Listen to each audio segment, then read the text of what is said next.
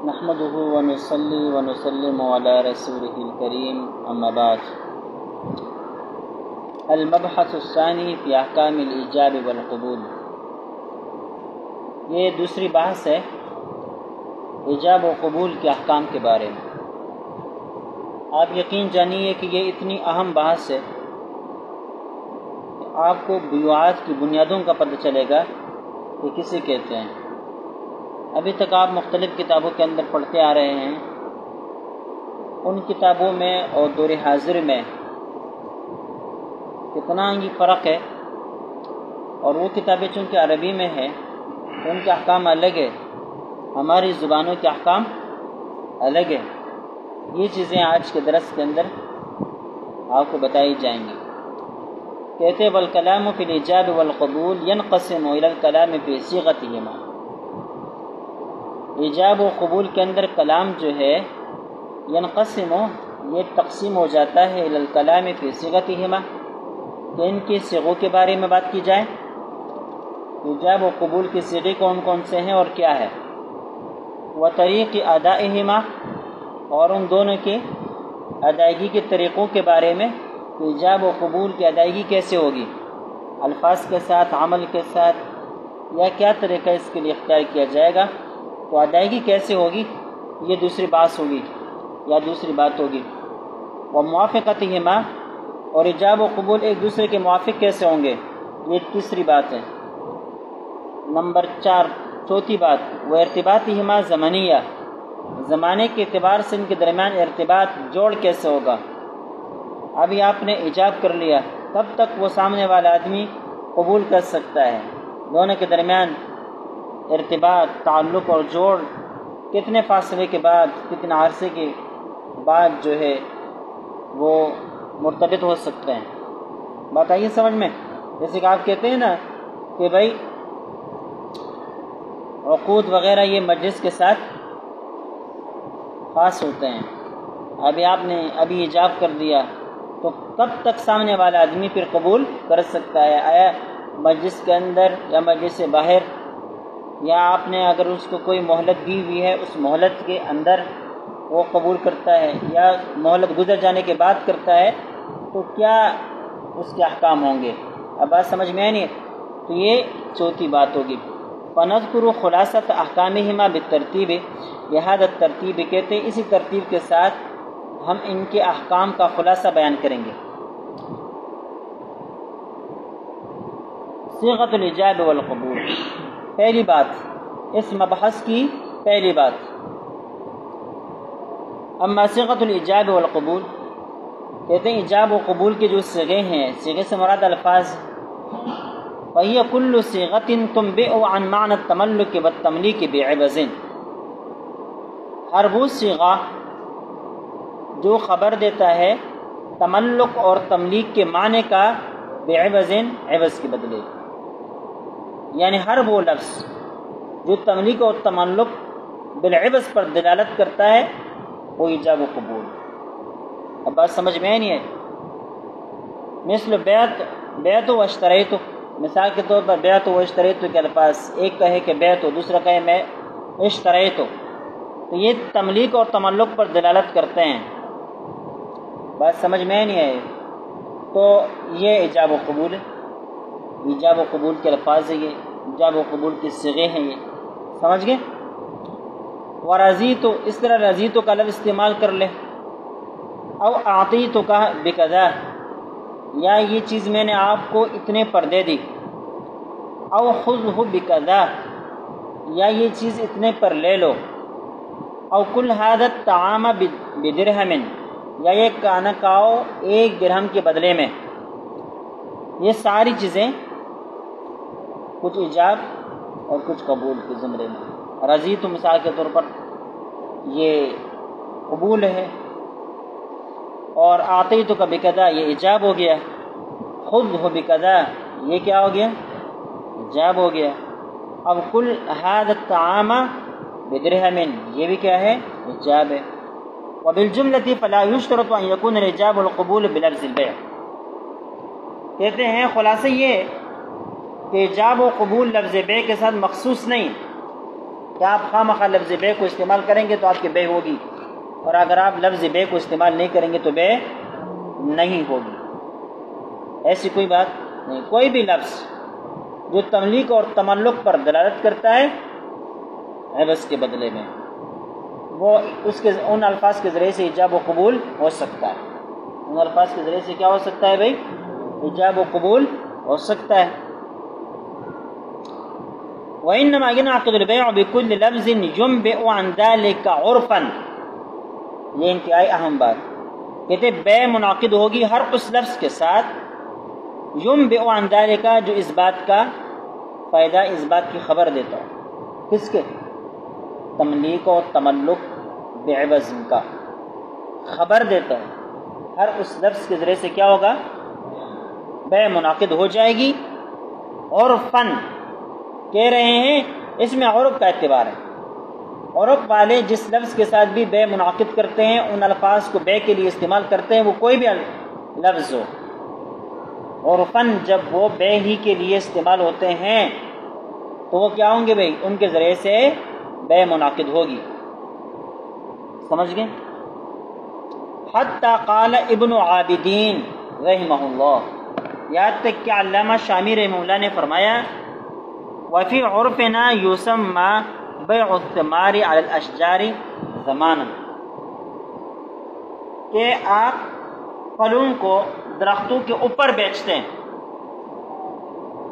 پھلوں درختوں کے اوپر پھل لگے ہوئے ہیں، ابھی کاٹے نہیں ہیں، امرود ہے، آم ہے، دیگر بہت سارے قسمیں ہیں میوجات کے، وہ ابھی تک کیا ہے؟ درخت پر لگے ہوئے ہیں، آپ نے کاٹے نہیں۔ علامہ شامی رحمہ اللہ فرماتے ہیں کہ ہمارے عرف میں اس قسم کے بے کو لفظ زمان کے ساتھ ذکر کرتے ہیں، اس قسم کے بے کو لفظ زمان کے ساتھ ذکر کرتے ہیں۔ فَإِذَا قَالَ زَمِنْتُكَ هَذِهِ الثَّمَارَ بِكَذَا، اگر کسی نے کہہ دیا کہ میں نے یہ پھل آپ کو ضمان کر دیے، بِكَذَا اتنے پیسوں پر، وَقَبِلَ الْآخَرُ دوسرے نے قبول کر لیا، يَنْبَغِي أَنْ يَصِحَّ مناسب یہ کہ بے صحیح ہو۔ کیوں؟ اس لیے کہ عرف میں لفظ زمان وہ اسی بے کے لیے استعمال کر لیا کرتے تھے، اور ان چیزوں میں قسم میں، نظر میں، طلاق میں، نکاح میں اور بیعات و معاملات میں عرف کا اعتبار ہوتا ہے، عرف کا اعتبار ہوتا ہے۔ اب بات سمجھ میں آئی نہیں ہے؟ جیسے کہ پہلے بھی گزر چکا کہ جب تک کسی عرف کے خلاف نص وارد نہ ہو تو وہ عرف قابل اعتبار ہے اور حجت ہے۔ سمجھ گئے نا؟ تو ہمارے یہاں جو رسم و رواج پایا جاتا ہے، ہر قوم کے اپنے رسم و رواج ہوتے ہیں۔ بعض متشدد قسم کے علماء کرام ہر رسم و رواج پر کیا کرتے ہیں؟ تنقید کرتے ہیں، لوگوں کا جینا حرام کرتے ہیں۔ بھائی ہر رسم و رواج حرام ناجائز نہیں ہے، وہ رسم و رواج ناجائز اور حرام ہے جو قرآن پاک کے احکام سے ٹکرا، جو نصوص کے خلاف، جو سنت کے خلاف ہو، واضح طور پر وہ اس میں مخالفت ہو رہی ہو، تو اس صورت میں کیا ہے؟ وہ ناجائز۔ ورنہ اگر اس میں کوئی شرعی قباحت موجود نہ ہو، نص کی مخالف نہ ہو، تو صرف رسم ہونے کی وجہ سے وہ ممنوع نہیں ہوگا، صرف رسم ہونے کی وجہ سے وہ ممنوع نہیں ہے۔ ٹھیک ہے وہ دین کا حصہ نہیں، لیکن وہ ناجائز بھی نہیں، دین کا حصہ نہیں ہوگا لیکن ناجائز بھی نہیں ہوگا۔ اب بات سمجھ میں آئی نہیں آئی؟ یہ باتیں ہم نے ذہن کے اندر بٹھائیں۔ بعض لوگ جو ہے نا ایک کہ مولوی صاحب کی تقریر سن لی، اس سے جلدی متاثر ہو گیا اور جا کے اپنی مسجد میں ممبر پر بیٹھ گیا اور وہی تقریر لوگوں کو سنانی شروع کر دی۔ اب ایسا نہیں ہونا چاہیے، ٹھیک ہے؟ لہٰذا ہر چیز کے بارے میں تحقیق کرو۔ ہمارے یہاں دیکھیں میت کی تعزیت کے لوگ جاتے ہیں نا، تو ہر قوم کی تعزیت کے طریقے الگ الگ ہیں۔ اب کوئی اس کو حرام نہیں کہتا بھائی. ہاں اگر اس کو دین کا حصہ سمجھے، مثال کے طور پر ہمارے پختون برادری میں جو رواج ہے، میں کہوں بس یہی دین ہے، تو پھر یہ کیا بنے گا؟ بدعت بن جائے گی، کیونکہ ہم نے اس کو دین سمجھ کر کیا. لیکن اگر میں کہوں کہ بھئی یہ ایک رواج ہمارے ہاں تعزیت اس بنا پر ہوتی ہے، اس طرح ہوتی ہے، تو اس میں کوئی ممانعت نہیں. دوسرے قوم کے دوسرے طریقے ہوں گے، تیسرے قوم کے اور طریقے ہوں گے. اب بات سمجھ میں آئی نہیں؟ ہاں جو منسوس چیزیں ہیں، تدفین کا طریقہ ہے، تکفین کا طریقہ ہے، اب بات سمجھ میں، یہ چار چیزیں منسوس ہیں اور اس میں کسی کے درمیان کوئی اختلاف بھی نہیں. اب بات سمجھ میں آئی نہیں ہے؟ لہذا عرف اور رسم و رواج جب تک وہ شریعت کی ظاہری نصوص کے خلاف نہ ہو، تب تک صرف اس وجہ سے کہ وہ رسم ہے حرام نہیں ہے، حرام نہیں. ہاں اگر وہ ایسا رسم ہو جو حرام کی طرف انسان کو لے کر جائیں یا کسی کا شرعی قباحتیں موجود ہو، تو پھر اس کی برائیاں واضح کر دی جاتی ہے کہ بھی فی نفس ہی تمہارے یہ عمل جائز ہے، لیکن اس کا نتیجہ خراب ہے، ہو سکتا ہے کہ آئندہ میں یہ اس طرح برائیوں کا سبب بن جائے، لہذا کنٹرول رکھو. بات سمجھ میں آئی نہیں آئی؟ اس کو آگے نہ بڑھاؤ. اس قسم کی واضح تقریر آپ کر سکتے ہیں، لیکن یہ نہیں کہ بھئی جب تم کر رہے ہو چونکہ اس کا نتیجہ خراب نکلے گا کہ زمانے میں لوگ اس کو برا بھی بنا سکتے ہیں، دین کا حصہ بھی بنا سکتے ہیں، لہٰذا یہ حرام ہے. اب تو دین کا حصہ کسی نے نہیں بنایا نا، مستقبل کا تمہیں کیا پتہ ہے کوئی اس کو بناتا ہے یا نہیں بناتا. اب بات سمجھ میں نہیں ہے؟ ہاں آپ تنقید کر سکتے ہیں کہ بھئی ان چیزوں کی ضرورت نہیں ہے، آپ شریعت کے مطابق چلے، رسم و رواج بنانا اس کے پیچھے چلنا کوئی لازمی نہیں ہے. کیوں اپنے لیے درد سر بنا رہے ہو، رسم و رواج کے اندر اپنے آپ کو ڈال رہے ہو، مشکلات بنا رہے ہو؟ ٹھیک ہے، یہ شرعی طور پر ٹھیک ہے، ممنوع نہیں ہے، ہم اس کو حرام بھی نہیں کہتے، لیکن تمہارے لیے یہ مشکلات کا باعث ہے، چھوڑ دینا بہتر ہے. آپ اس قسم کے بات نصیحت کو سمجھ گئے؟ تو جس طرح ایک چیز شریعت کے اندر داخل کرنا یہ کیا ہے؟ ممنوع ہے، بدعت کے زمرے میں آتا ہے. جب دین کا حصہ نہ ہو تو آپ اس کو دین کا حصہ بنائیں. اس طرح دینی چیز کو گھٹانا بھی کیا ہے؟ بدعت کے زمرے میں آتا ہے. سمجھ رہے ہو؟ وَلَوْ قَالَ الرَّجُلُ لِآخَرَ وَهَبْتُ مِنْكَ هَذَا الشَّيْءَ بِأَلْفٍ. اب دیکھو یہاں بے کی جگہ پر کیا لفظ استعمال کر رہا ہے؟ ہبہ کا لفظ استعمال کر رہا ہے کہ میں نے یہ چیز آپ کو 1000 روپے کے بدلے میں ہبہ کر دی. وقال الآخر، دوسرے نے کیا کہا؟ قبلت، میں نے قبول کر لیا. صح البیع، پیسے. ٹھیک ہے نا؟ آپ کو بھی ویسے بھی پتہ ہے کہ ہبہ بالعوض ابتداء ہبہ اور انتہاء بے ہوتی ہے. ٹھیک ہے. وَلَوْ قَالَ الْمُشْتَرِي اشْتَرَيْتُ بِكَذَا، اگر مشتری نے کہا کہ یہ میں نے آپ سے 500 روپے کی لے لی یہ چیز، فقال بائع رضیت، بائع نے آگے سے کہا ٹھیک ہے میں راضی ہوں آپ لے لیں.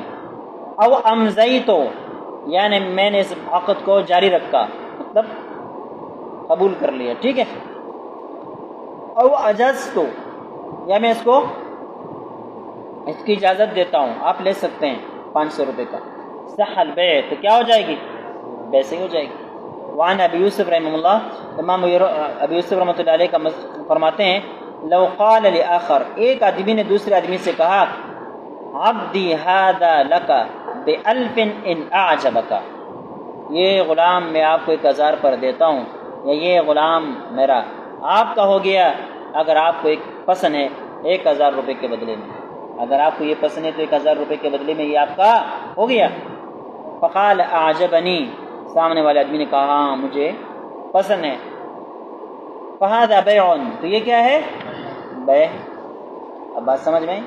اب اس میں بیع میں کا لفظ استعمال تو نہیں ہوا نا، لیکن چونکہ عرف کے مطابق اس کو بیع سمجھا جاتا ہے، لہذا ہم نے کیا کہا؟ بیع. قضا فی الخلاصہ، اس طرح خلاصہ، یہ خلاصہ الفتاوی کی بات چل رہی ہے. وَكَذَلِكَ إِذَا قَالَ إِنْ وَافَقَكَ، ایک آدمی نے دوسرے سے کہا کہ بھئی یہ میرا غلام، یہ چیز، یہ موبائل آپ کا ہو گیا 1000 روپے کے بدلے میں، اگر آپ کو موافق لگتا ہو، اگر آپ کے موافق ہو، اگر آپ کے لیے مناسب ہو تو چلو 1000 روپے دے دو، یہ لے لو. فقال وافقنی، اس نے کیا کہا؟ ہاں ٹھیک ہے میرے تو موافق ہے. بات سمجھ میں ہی نہیں آئی تو کیا ہو جائے گی؟ بے ہو جائے گی. وَكَذَلِكَ إِذَا قَالَ إِنْ أَرَدْتَ أَوْ هَوِيتَ، اگر آپ چاہتے ہیں، ارتا اگر آپ کا ارادہ ہے، حویتا اگر آپ چاہتے ہیں. حوا یحوی گرنے کے معنی میں آتا ہے، گرنے کے معنی میں آتا ہے. والنجم اذا ہوا، اور حوی یحوا خواہش چاہنے کے معنی میں آتا ہے. اب بات سمجھ میں نہیں؟ یہاں دیکھیں واضح طور پر واو کے نیچے زیر لگا دیا ہے، ٹھیک ہے. حویتا اگر آپ چاہتے ہیں تو، اگر آپ کی خواہش ہے تو. فقال اردت اب حویت، سامنے والی نے کہا ٹھیک ہے میرا ارادہ ہے یا میں چاہتا ہوں، اب حویت یا میری خواہش ہے میں چاہتا ہوں. فہذا بیع کلہ فی الجواب، یہ سب کے سب کیا ہے؟ بیع. اما فی الابتداء فلا یلزمہ، ہاں ابتداء اس کے اوپر لازم نہیں ہے، لیکن جب اس نے جواب دے دیا کہ ٹھیک ہے رضیت حویت اردت حویت اردت رضیت یا وافقنی اعجبنی، تو یہ کیا بن جائیں گے؟ ٹھیک ہے. اچھا آگے اور بات، آپ نے ایک بات کہی، سامنے والا آدمی خاموش ہو گیا، تو کیا اس کی خاموشی کو آپ رضامندی پر محمول کر کے بیعتام کر دیں گے یا نہیں؟ یہ بات یہاں ہو رہی ہے. السکوت لیس قبولا، سکوت کو قبول قرار نہیں دیا جا سکتا. یہ قاعدہ ہے، الساکت لا ينسب الیہ قول، ساکت کی طرف، خاموش آدمی کی طرف قول کا انتساب نہیں کیا جا سکتا. نور الانوار کے اندر آپ نے شاید یہ پڑھ لیا ہو، بعض صورتوں میں ایسا ہوتا ہے ساکت کو جو ہے ذمہ دار قرار دیا جاتا ہے. السکوت فی موضع البیان بیان، السکوت فی موضع البیان بیان. اب بات سمجھ میں نہیں آئے، یہ استثناءات ہیں، بعض صورتوں میں ایسا ہوتا ہے، لیکن ہر جگہ ساکت کی طرف قول کا انتساب نہیں کیا جائے گا.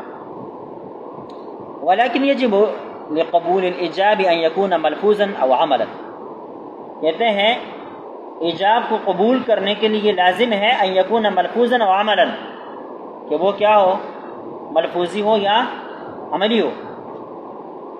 بأن يقبل المشتری المبیع، کہ مشتری مبیع کو قبول کر لیں. ایک آدمی نے کہا بھئی میں نے آپ پر یہ 1000 روپے پر بیچ دیا ہے، مشتری نے جیب سے 1000 روپے نکالے اور اس کو دے دیا اور چیز کو لے کر چل پڑا، زبان سے کچھ نہیں کہا، تو یہ عملاً قبول ہے. کیا ہے؟ عملاً قبول ہے. او یقبل البائع الثمن، یا مشتری نے یہ کہا تھا، چیز ہاتھ میں اٹھا لی اور بائع سے کہا چلو یار یہ 500 روپے لے لو اور یہ چیز میری ہو گئی، اور اس آدمی نے 500 روپے لے کے جیب میں رکھ دیے، تو یہ کیا ہے؟ عملاً قبول ہے، عملاً قبول ہے.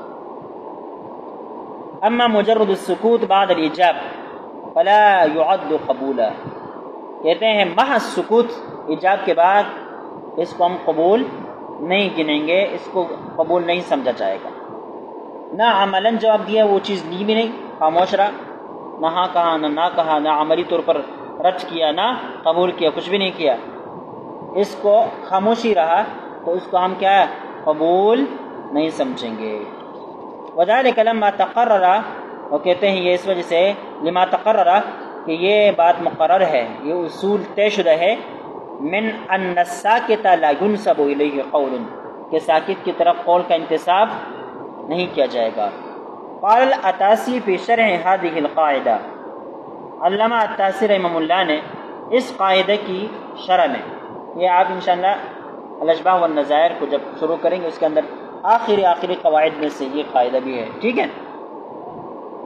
ابھی اس لیے شروع نہیں کرتے ہیں جو ہمارا مقدمۃ الشامی ہے یہ جلدی ختم ہو جائے، یا شرع عقود رسم مفتی میں سے کوئی کتاب ختم ہو جائے پھر اس کو شروع کریں گے، ٹھیک ہے. ابھی زیادہ تر وقت اگر پڑھائی پر دیں گے تو آپ کے مطالعے کے وقت نہیں رہے گا. کوئی مشکل نہیں ہے، اگر آپ وقت دیں گے تو انشاءاللہ میں ایک دن میں آپ کو پڑھا سکتا ہوں، کوئی ہم اس چیزوں کے محتاج نہیں ہے، سمجھ رہے ہو. جہاں نہیں آئے گا آپ کو کہہ دیں گے بھائی نہیں آ رہا، اس میں کیا ہے، ٹھیک ہے.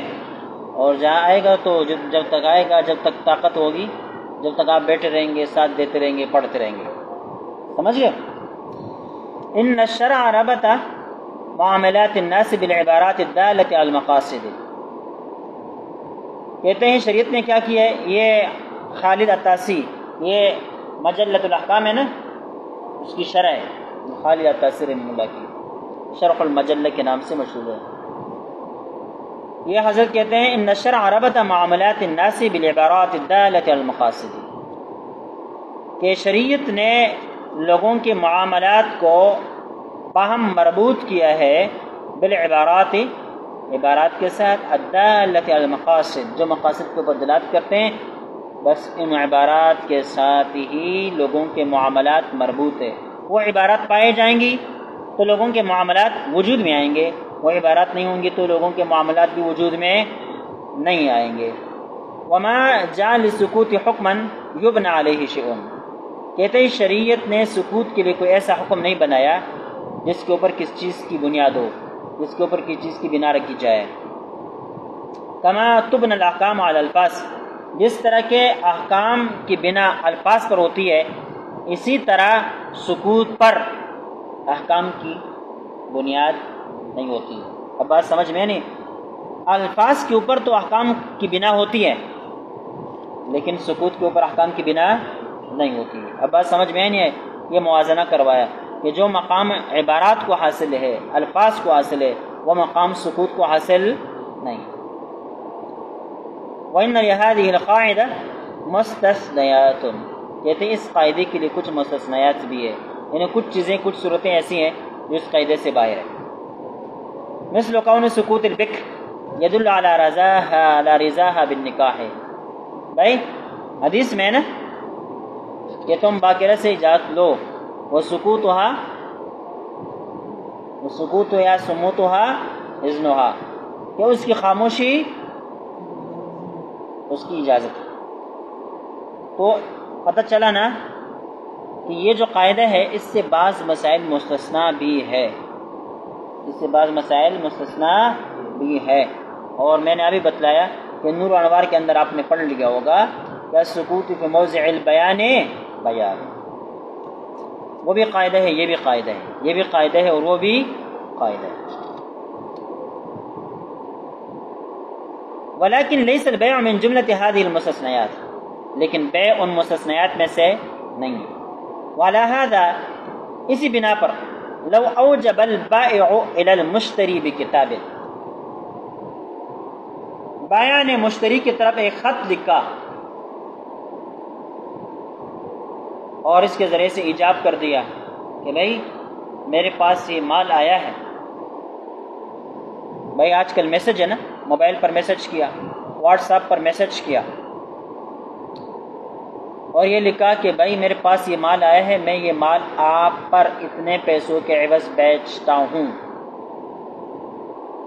اور آخر میں یہ لکھا وَقَدَبَ فِي آخِرِهِ إِن لَمْ أَتَسَلَّمْ أَيَّ جَوَابٍ مِّنْكَ إِلَى مُدَّةِ أُسْبُوعٍ، اگر میں نے آپ کی طرف سے ایک ہفتے تک کوئی جواب نہیں پایا، یعنی مجھے ایک ہفتے تک آپ کی طرف سے کوئی جواب نہ ملا، فَإِنِّي أَعْتَبِرُ ذَلِكَ قَبُولًا مِّنْكَ، تو میں اس کو قبول سمجھوں گا۔ کیا سمجھوں گا؟ قبول سمجھوں گا۔ گویا کہ ایک ہفتے کے اندر اندر اگر آپ نے جواب نہیں دیا تو یہ ایسا ہے گویا کہ یہ چیز آپ نے خرید لی، ایسا ہے گویا کہ یہ چیز آپ نے خرید لی، میرے اس ایجاب کو آپ نے کیا کر لیا؟ قبول کر لیا۔ اب بات سمجھ میں نہیں آئی؟ وَيَحْتَمُ الْبَيْعُ، اور بے تام ہو جائے گی، بے قطعی ہو جائے گی۔ اب بات سمجھ میں نہیں؟ یہ اس نے آخر میں لکھ دیا، یہ بہت اہم مسئلہ ہے، دیکھو وَلَمْ يَبْعَثِ الْمَكْتُوبُ إِلَيْهِ جَوَابًا فِي هَذِهِ الْمُدَّةِ، جس کی طرف آپ نے یہ خط بھیجا تھا، میسج کیا تھا، اس نے ایک اس مقررہ مدت جو ایک ہفتہ ہے اس میں کوئی جواب اس نے نہیں دیا، نہ رد کرنے کا نہ قبول کرنے کا، تو کیا ہوگا؟ لم یصح البیع، بے صحیح نہ ہوگی۔ کیوں؟ لأن مجرد السکوت لا یکفی للقبول، اس لیے کہ صرف خاموش رہنا یہ قبولیت کے لیے کافی نہیں۔ وَإِنَّهُ لَا يَجُوزُ لِلْكَاتِبِ أَن يُلْزِمَ الْمَكْتُوبَ إِلَيْهِ بِمَا لَا يَلْزَمُهُ، کہ کاتب کے لیے یہ جائز ہی نہیں ہے کہ وہ مکتوب الیہ کے اوپر ایسی چیز کو لازم کر دیں لا یلزم جو اس کے اوپر لازم ہے ہی نہیں. جو چیز اس کے اوپر لازم نہیں ہے وہ چیز اپنی طرف سے اس کے اوپر لازم کر دے. بھائی جواب دو نہیں دو گے تو میں سمجھوں گا یہ کیا ہے، آپ نے خرید لیا ہے. یہ تو گویا کہ آپ اس کے اوپر کیا کر رہے ہیں، ایک چیز کو لازم کر رہے ہیں، اور یہ حق کسی کو حاصل نہیں کہ دوسرے کے اوپر کوئی چیز کیا کر دیں، لازم کر دیں. سمجھ گئے بھائی؟ لہذا بیعات کے سلسلے میں سکوت رضامندی کی دلیل نہیں ہے، قبول نہیں ہے. هل يجب ان يكون البيع بصيغة الماضي؟ کیا ٹائم کتنا ہوا؟ یہ بات بھی اہم ہے. شروع کب کیا تھا؟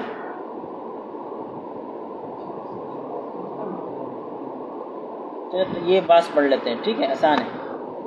ابھی تک ہم کتابوں کے اندر پڑھتے آ رہے ہیں نا، البيع ينعقد بالإيجاب والقبول إذا كان لفظين ماضيين.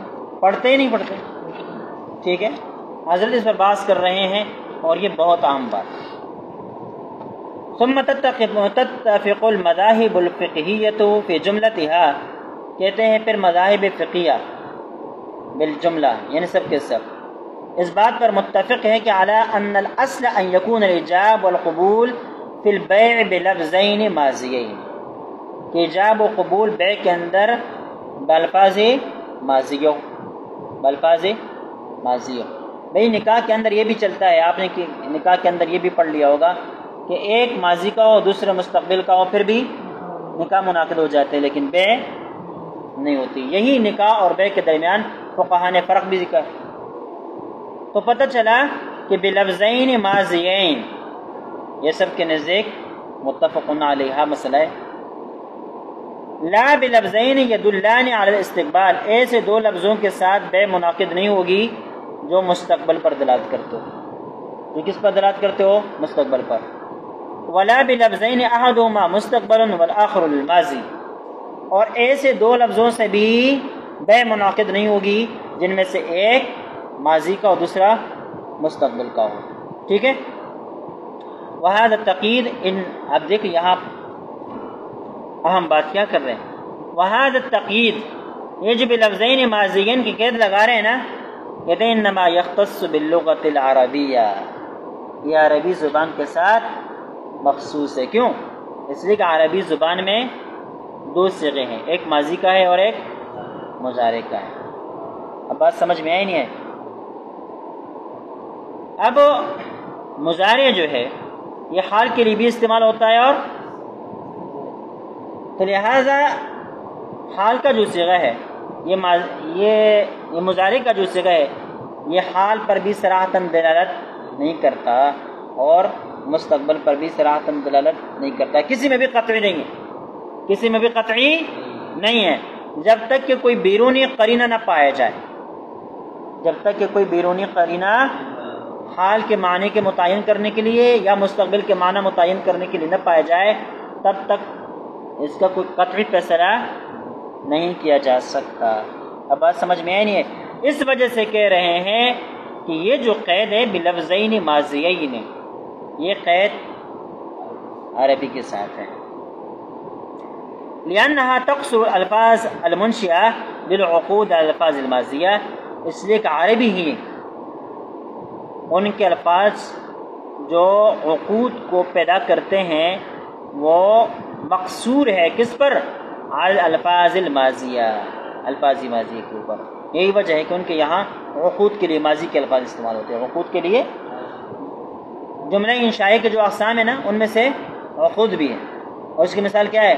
بیعت و اشتریت. حالانکہ بیعت و اشتریت دونوں ماضی کے صیغے ہیں.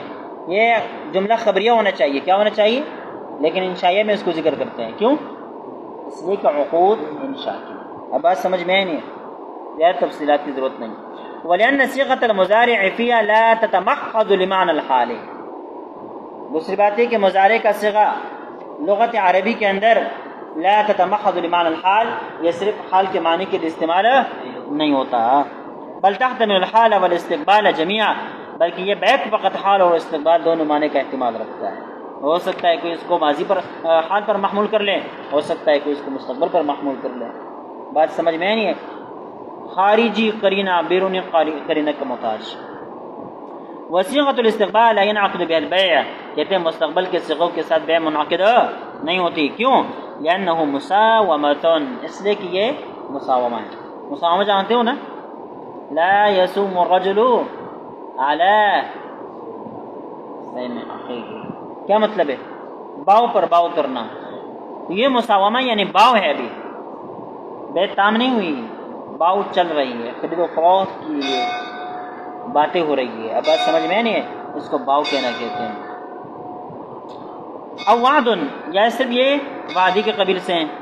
فمن قال، پر جس نے کہہ دیا بعنی هذا الثوب ب10، کہ یہ کپڑا مجھ پر 10 کی بیچو، فہذه مساومہ، تو یہ بیع نہیں ہے بلکہ یہ کیا ہے؟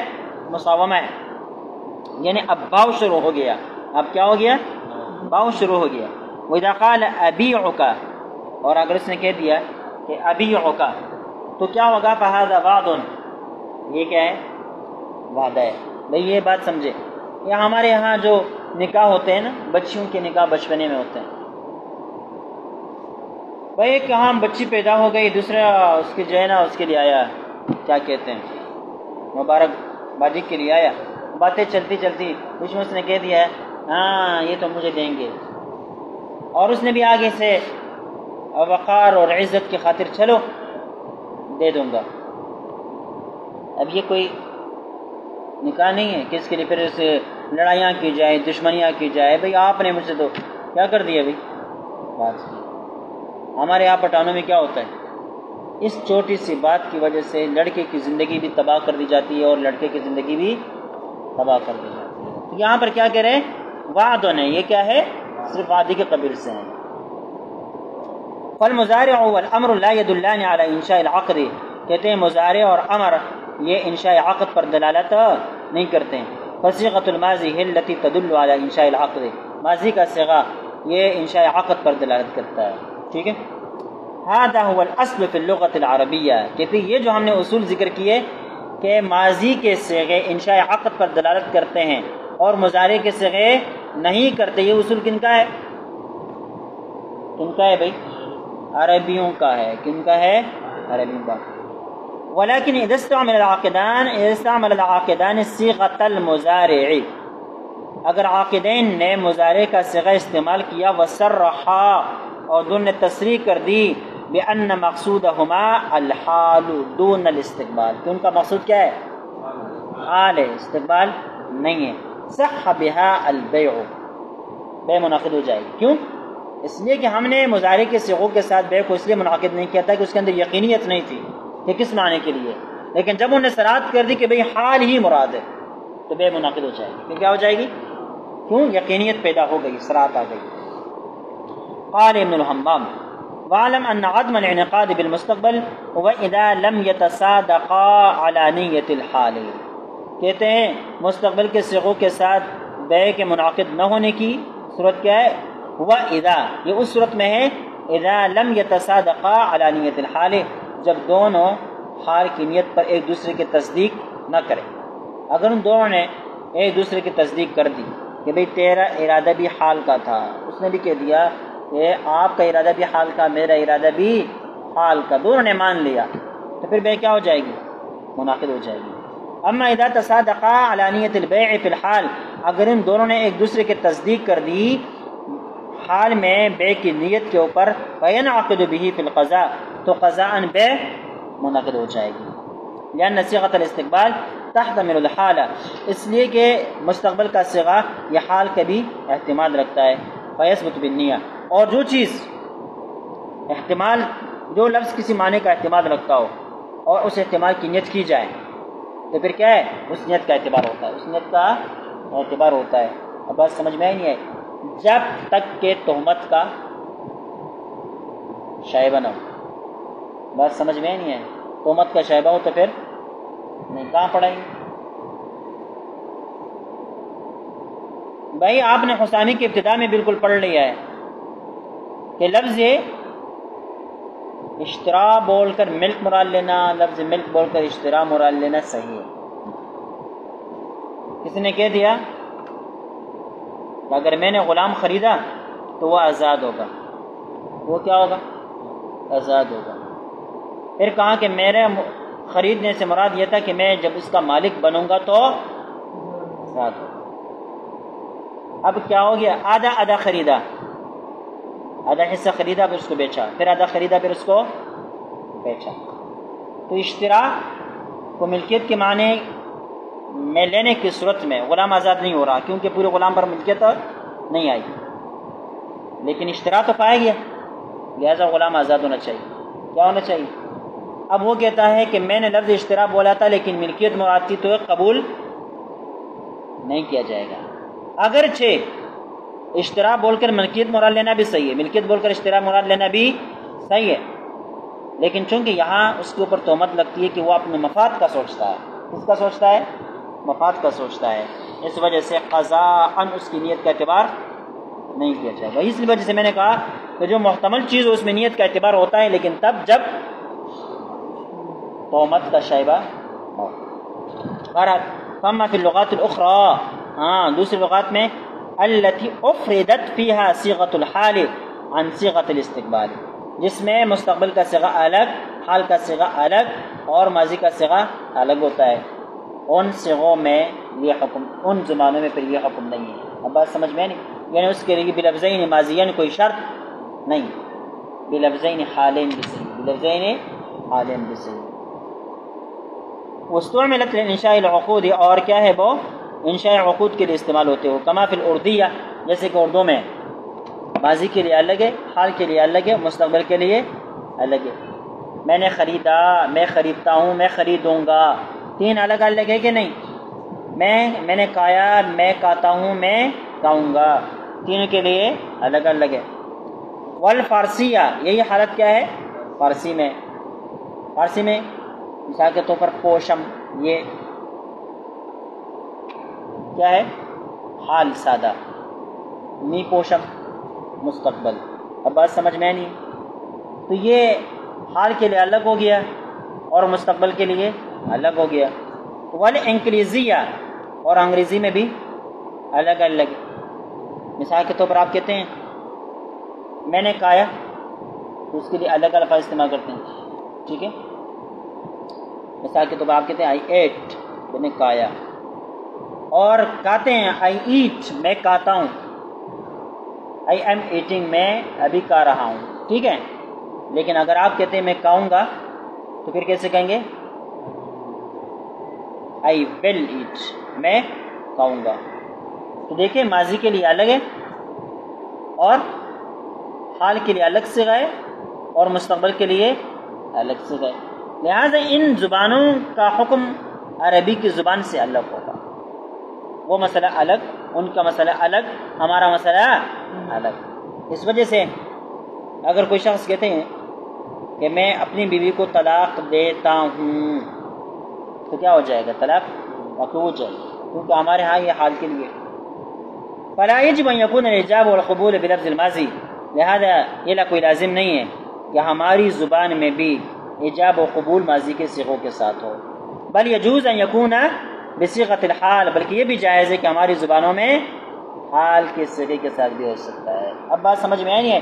یہ کتنی عام بات ہے، کبھی سنی زبانیں نہیں سنی نا؟ نعم، لیکن اخذ البيع بالصيغة التي تتمحض لمعنى الاستقبال، ہاں جو صیغہ صرف مستقبل کے ساتھ مخصوص ہے ان صیغوں کے ساتھ بے منعقدہ نہیں ہوگی، لأنها لم توضع للانشاء العقد في الحال، اس لیے کہ جب وہ مستقبل کے ساتھ مخصوص ہے نا تو یہ فی الحال انشاء عقد کے لیے وضع نہیں ہے۔ وإنما تدل على البعد أو المساومة، کہتے ہیں یہ صرف وعدے پر دلالت کرتے ہیں یا مساومہ پر دلالت کرتے ہیں۔ وهنا أيضا قد تكون صيغة الانشاء مقدرة بالاقتضاء، کبھی کبھی انشاء کا صیغہ اقتضاء النص کے طور پر ماننا پڑتا ہے، اقتضاء النص کے طور پر ماننا پڑتا ہے، یعنی اقتضاء ماننا پڑتا ہے۔ کیا؟ اقتضاء ماننا پڑتا ہے، اس لیے کہ اس کو مانے بغیر وہ جو جتنے بھی الفاظ ایک کلام ہے وہ صحیح بنتا نہیں ہے۔ تو آپ نے پڑھ لیا نا اقتضاء النص، اشارۃ النص، عبارۃ النص نا، تو اقتضاء النص اس کو کہتے ہیں کہ جب تک اس کو نہیں مانیں گے تب تک کلام صحیح نہیں ہوتا، وہ کلام کا تقاضا ہے، صحت کلام کا تقاضا ہے۔ خثامی میں اس کے لیے مثال پیش کر دی کہ آپ کا غلام ہے اور میں آپ سے کہہ دوں کہ اپنا غلام میری طرف سے 1000 روپے پر آزاد کر دو، آپ نے آزاد کیا تو میری طرف سے آزاد ہو جائے گا۔ اب یہ کیا ہے؟ اس کو صحیح بنانے کے لیے شرط یہ ہے، ہم اقتضاء النص کے طور پر بناتے ہیں، ہم کہتے ہیں کہ اپنا غلام مجھ پر بیچو، پھر میری طرف سے وکیل بن کر اس کو آزاد بھی کر دو۔ بیع غلام عبدک منی ثم کن وکیلا منی فاعتقہ، اس کو مجھ پر پہلے بیچو پھر میرے طرف سے وکیل بن کر اس کو آزاد کر دو۔ یہ اتنی لمبی بات ہم نے اقتضاءً مان لی، کیا مانی؟ ورنہ میں نے تو یہ نہیں کہا کہ مجھ پر بیچو پھر وکیل بن جاؤ اور میری طرف سے اس کو آزاد کر دو، بلکہ میں نے تو مطلق یہ کہا کہ بھئی یہ غلام جو آپ کا ہے 1000 روپے کے بدلے میں میری طرف سے اس کو کیا کر دو؟ آزاد کر دو۔ اب بات سمجھ میں نہیں ہے؟ تو یہ باقی باتیں جو ہم نے مانی، کیا مانی؟ ایک شخص نے ہم نے بیوی سے کہا اعتدی، عدت گزارو، اس سے کیا نکلے گا؟ اس سے کہتے ہیں طلاق رجعی باقی ہوگی۔ کیا ہوگی؟ کیا ہوگی؟ بھائی الفاظ کنایہ میں سے 3 الفاظ ایسے ہیں جن سے طلاق رجعی واقع ہوتی ہے، ان میں سے ایک طلاق اعتدی کا لفظ بھی ہے۔ اب یہ کیوں اس سے طلاق رجعی واقع ہوتی ہے؟ اس لیے کہ ہم یہاں اقتضاء النص کے طور پر طلاق کو مقدر مانتے ہیں کہ میں نے تجھے طلاق دی ہے، تو کیا کر، اور طلاق دی ہے کا یہ لفظ، یہ جو ہم نے اقتضاء النص کے طور پر مانا یہ طلاق سری ہے، طلاق سری سے ایک طلاق رجعی واقع ہوتی ہے۔ اب بات سمجھ میں آئی نہیں آئی؟ لہذا اقتضاء النص کے طور پر بعض الفاظ ماننے پڑتے ہیں۔ تو یہاں پر یہ بتلاتے ہیں مثل ان یقول المشتری، مشتری کے طور پر مشتری کہے اشتریت منک هذه الدابة ب1000 درهم، میں نے یہ گھوڑا آپ سے 1000 روپے پر خرید لیا۔ فقال بائع خذها، بائع نے کہا چلو لے لو، او قال هات الثمن، اس نے کہا پیسے دو، یہ نہیں کہا کہ میں نے قبول کر لیا، ڈائریکٹ کہہ دیا پیسے دو۔ آج کل دکاندار ایسے کرتے ہیں نا، آپ بے چلتا ہے آپ کہ 500 کا دے دو، پہلے کہتا ہے نہیں، بات سمجھ میں نہیں ہے، پھر جواب نکلنے لگتا ہے کہتے دے دو، اب تو بے نہیں ہوئی نا، پیسے ڈائریکٹ مانگ لیے اس نے، آپ نے دے بھی دیے۔ صح البیع، بے کیا ہو جائے گی؟ لأن تقدیر قول البائع قبلت بخدا، اس لیے ہم یہاں مقدر لفظ مانیں گے، گویا کہ وہ یہ کہتا ہے کہ آپ نے جو 500 کا کہا ہے نا، قبل تو میں نے اس کو قبول کر لیا ہے، یا مشتری کہتا ہے قبل تو آپ جو کہہ رہے کہ میں 1000 کا بیچتا ہوں، خذها، یہ 1000 لے لو، مطلب اس کا کیا ہے؟ خذها یعنی 1000 لے لو، اس لیے کہ میں نے بے قبول کر لی ہے، کیا کیے؟ قبول کر لیا۔ او قبل تو فہات الثمن، یا بھائی کہتے ہیں 1000 دے دو، اس کا مطلب کیا ہے؟ دے دو پیسے، اس کا مطلب کیا ہے؟ وہ ہے کہ آپ جو کہہ رہے کہ 500 کا خریدتا ہوں نا، یہ بے مجھے قبول ہے، چلو پیسے دے دو۔ تو یہ قبل تو ہم نے کیا مانا؟ اقتضاءً مانا، کیا مانا؟ اقتضاءً۔ وبما ان صيغه العقد تختلف باختلاف اللغات، کہتے ہیں عقد کے صیغے جو ہے یہ لغات کے اختلاف کی وجہ سے مختلف ہو جاتے ہیں۔ فإن مجلة الأحكام العدلية لم تقيدهما بصيغة مخصوصة، یہی وجہ ہے کہتے ہیں کہ مجلۃ الاحکام میں ایجاب و قبول کو کسی صیغے کے ساتھ مخصوص نہیں کیا ہے، تمام متون میں بلفظین ماضیین کی قید ہے، لیکن مجلۃ الاحکام میں کوئی قید نہیں ہے۔ ونصت فی المادہ 168 ان الإجابة والقبول في البيع عبارة عن كل لفظين مستعملين لإنشاء البيع في عرف البلد والقوم، ہر وہ 2 لفظ جو انشاء بیع کے لیے استعمال ہوتے ہیں کسی بھی شہر یا کسی بھی قوم کے عرف میں، ان کے ساتھ ایجاب و قبول ہوگا۔ اب اس ماضی کی کوئی قید نہیں، سمجھ گئے؟ تو ماضی کی جو قید ہے وہ ہمارے لیے نہیں ہے، بلکہ کن کے لیے؟ عرب کے لیے۔ یہ اتنی اہم بات آپ کو کسی اور کتاب میں ملے گی؟ نہیں ملے گی، سمجھ آ رہی ہے؟